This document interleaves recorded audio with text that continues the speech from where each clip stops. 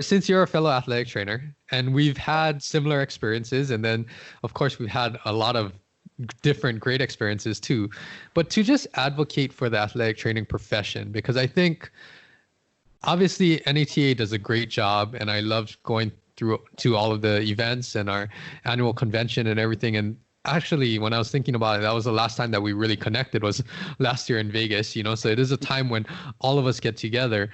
But if you think about, if you were to explain to either your athletes or the general public, what is it that athletic trainers do? Because that is a long-winded and loaded question, but if you could simply put it in a few minutes, what is it that we do?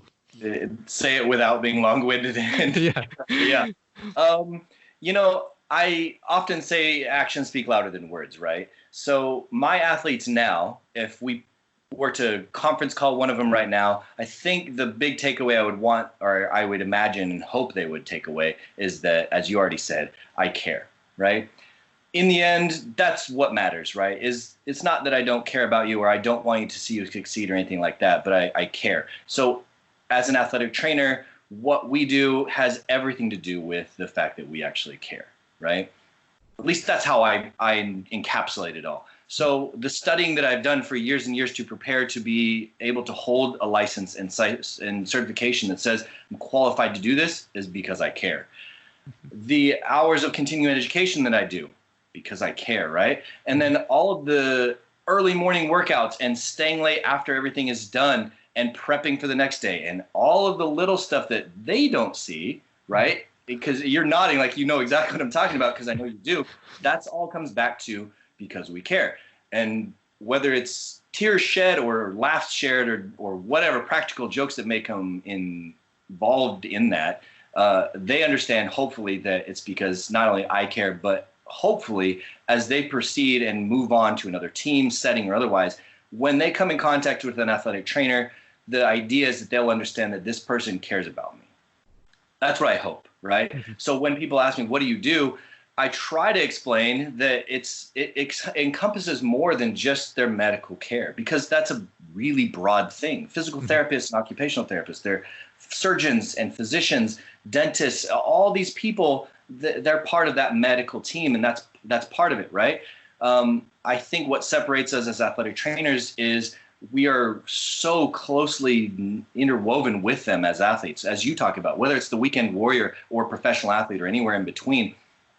As you know, as a professional athlete, I probably see these guys more than their families. Mm-hmm. I see them before practice, during practice, before game, after game, on and on and on.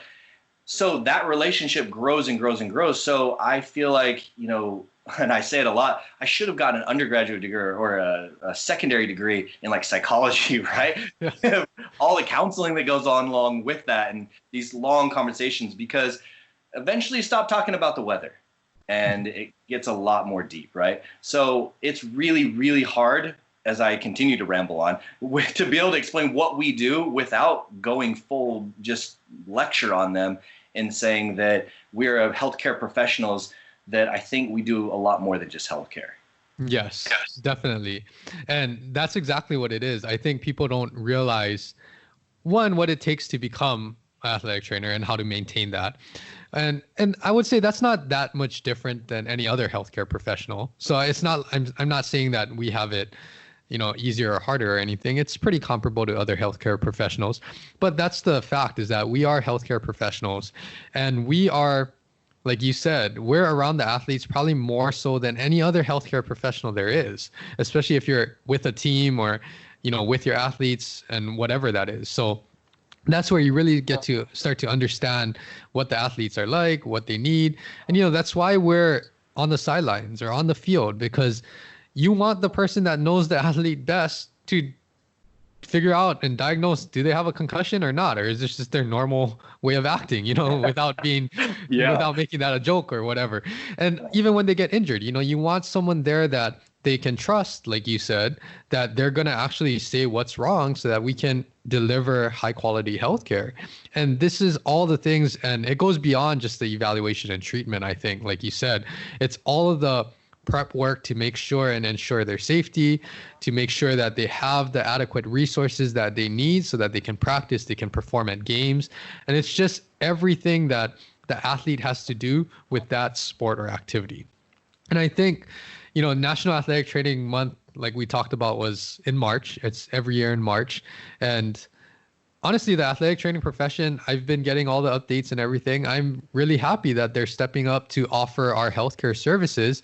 We're not going to be in that traditional healthcare setting, but still yet there's a lot of things that we can do to assist. And I think the more that people see that, okay, athletic trainers are not just meant for athletics anymore, then I think that's really how we can advocate for this profession, because there are so many of us that are, like you said, in performing arts, or I'm in a traditional clinic setting, or even just in the military, all these other settings that they need this type of specialty and they need the skill set that athletic trainers provide, which is everything from first responder to emergent care, all the way till like just orthopedic injuries and rehab care. So you're seeing that full spectrum. And yeah, we're both getting a little long-winded, but there's so many things that we do.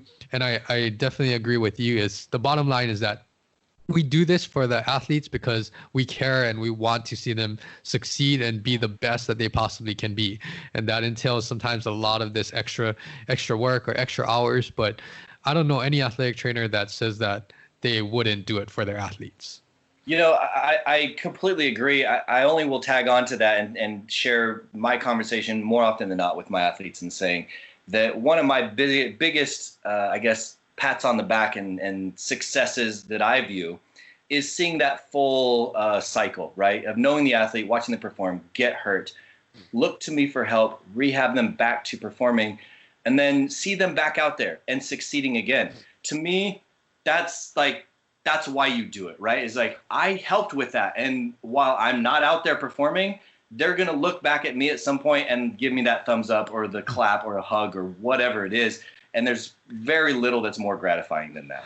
Yes, definitely. And I couldn't agree anymore. I think that's the biggest reward in our profession and why all of our colleagues and everyone does it. So if anybody is listening and you have this type of relationship with your athletic trainer, just go tomorrow and tell them thank you, or send them a quick email or a text and just tell them thank you, because they really do care. And it means a lot when we hear back from our athletes that, you appreciate what we're doing for you.